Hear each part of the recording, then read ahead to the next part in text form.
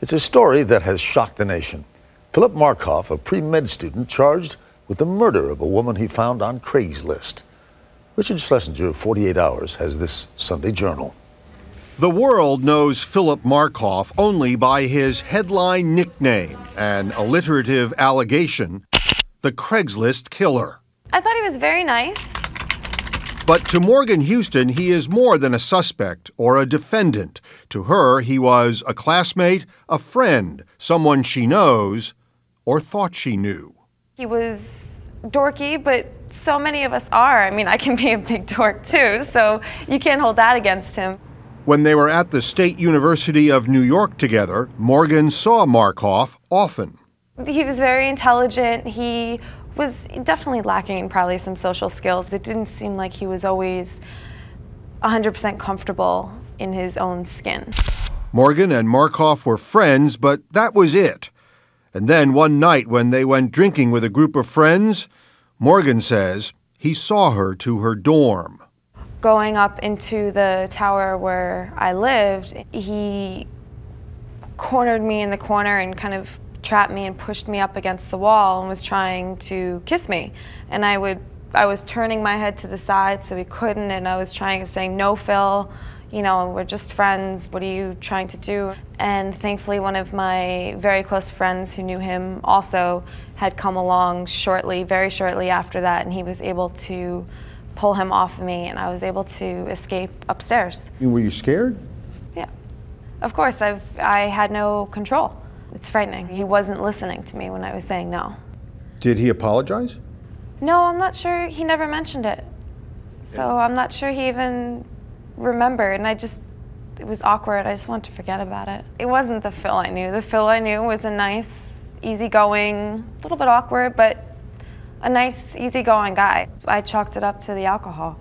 They remained friends, but she looks back at that incident after Markoff's arrest and wonders. If all of this turns out that it is proven true, then I should have been a lot more frightened than I was. When I turned around and looked at him, that's when he pulled out the gun.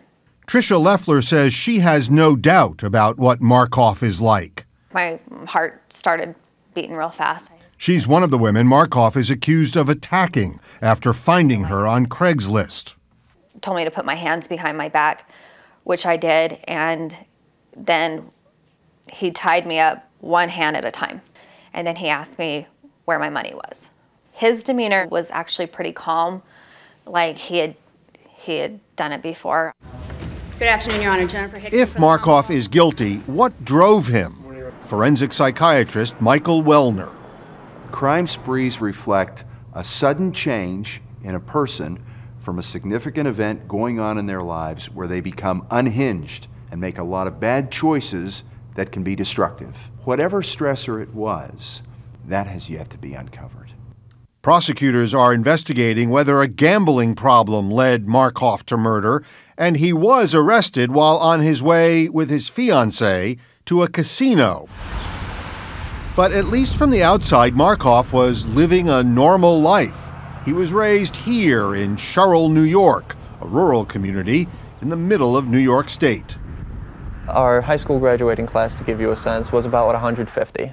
So it was sort of a small area, almost to the extent of everybody knows everybody. Andrew Hookway lived down the street from Markoff, has known him since elementary school, considers him a friend. Sometimes there's people who stick out as being very bully-like. Sometimes there's people who stick out as being very introverted, very nerdy. He was neither of those extremes. He was completely average. It's become almost a cliche in crime reporting that murder suspects just don't come from towns like this. Sherrill is a small town, close-knit, and in this case, closed up to outsiders, inquiring about its most notable native son. A lot of neighbors didn't want to talk about Markoff, but he left a mark here. His high school yearbook, Class of '04, shows snapshots of a successful life. He was a member of the National Honor Society, a golfer, and seemed proud of his poker-playing skills. These pictures are hard to square with these pictures. It's very hard to, you know, believe in him with all the evidence that's come out, but I do believe in him. We're still waiting on, you know, the defense to make its move. You know, sitting back right now and waiting and seeing how things are going to play out, and that's the stance that I'm taking. While other friends and family say they also believe in him, there were reports late yesterday afternoon that Markoff's wedding, planned for this August, has been postponed. Other published reports say Markoff might be preparing his supporters for the worst, that he told family visitors on Friday there might be more damning evidence, and had this advice: forget about me.